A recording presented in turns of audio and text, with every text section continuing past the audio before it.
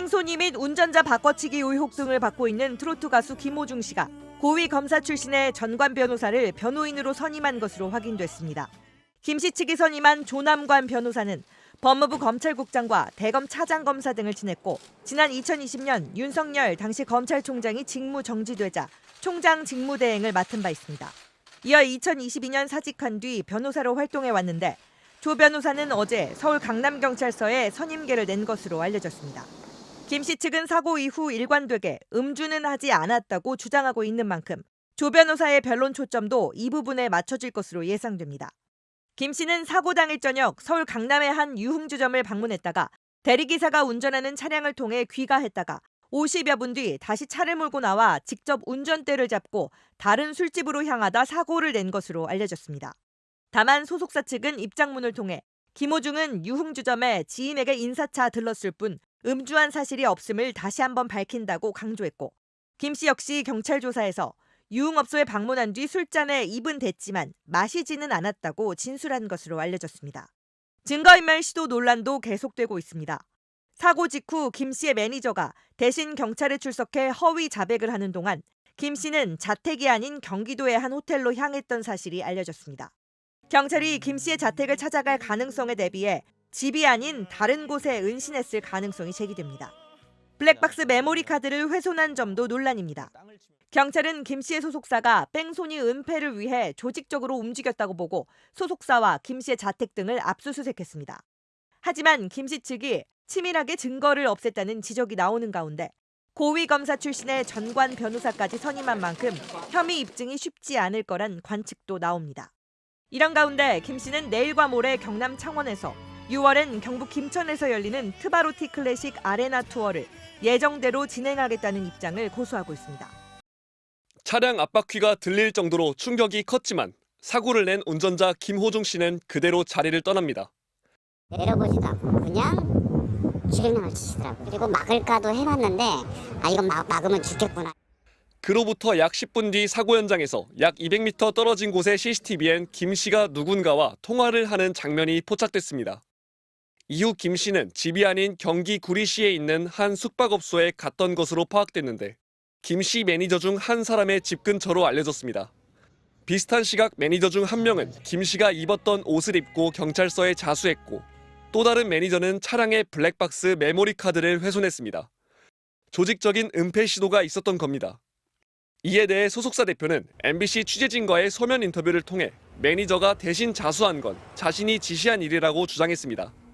매니저에게 전화로 경찰 출석을 대신하라고 지시했으며 언론에 알려진 녹취도 김 씨가 아닌 자신과 매니저의 통화 내용이라는 겁니다. 다만 블랙박스 메모리 훼손은 나중에 알았다고 했습니다. 김 씨의 음주 여부에 대해선 유흥주점에 간 건 맞지만 술이 아닌 17차 음료를 마셨다며 뺑소니 역시 술이 아닌 공황장애가 와서 그랬고 치료도 받아왔다고 설명했습니다.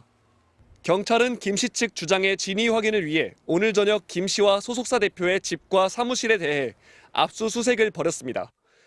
안녕하세요. MBC에서 나왔는데 혹시 여기 직원분이신가요? 여기 혹시 오늘 나오신 대표님이나 안 나오시나요?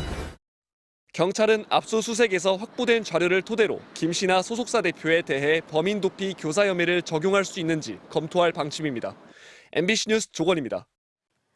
네, 이 사안 취재한 사회팀 고병찬 기자 나와 있습니다. 고 기자, 일단 김호중 씨 행적을 되짚어 보면요. 일단 유흥주점에 들른 뒤에 사고가 났습니다. 그리고 이후에 소속사가 개입해서 조직적인 은폐를 시도를 했고요. 결국에는 음주운전을 감추려고 한 게 아닌가 의심이 있을 수밖에 없거든요. 네, 소속사도 은폐 시도는 인정하고 있죠. 예, 우선 매니저를 대신 자수시켜서 운전자를 바꿔치기 하려고 했고요. 김호중 씨는 집에 들어가지 않았습니다. 그래서 경찰이 자택으로 찾아갔지만 만나지를 못한 겁니다. 그리고 17시간 뒤에 출석을 했으니 경찰도 음주운전을 강하게 의심하는 겁니다. 다만 소속사 측은 이런 부적절한 뒤처리는 모두 공황장애 탓이었다고 해명하고 있습니다. 네, 뒤늦게 경찰 조사에서 이루어진 음주 측정에서 그러니까 17시간 뒤죠.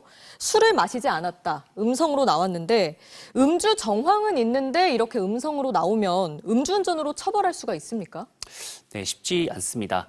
혈중 알코올 농도는 통산 시간당 0.015%씩 감소하기 때문에 김 씨처럼 17시간이 지난 뒤에 검사를 받으면 나올 가능성은 거의 없는 겁니다.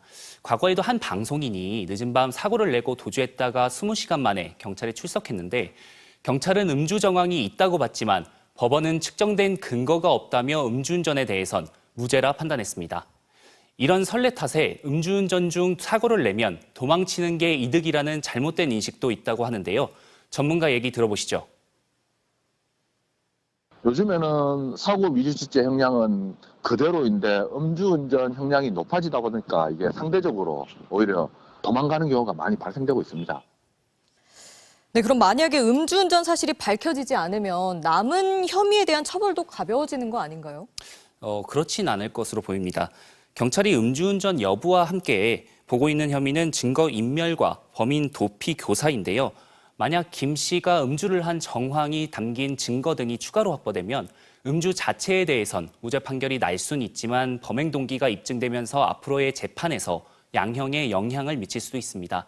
사고 후 미조치의 경우 5년 이하의 징역이나 1,500만 원 이하의 벌금에, 범인 도피 교사죄는 3년 이하 징역 또는 500만 원 이하 벌금에 처할 수 있습니다. 네, 이번 사고가 사고 못지않게 사후 대응에 석연치 않은 부분이 많은데 경찰 수사에서 제대로 밝혀질지 지켜봐야겠습니다. 고병찬 기자 잘 들었습니다.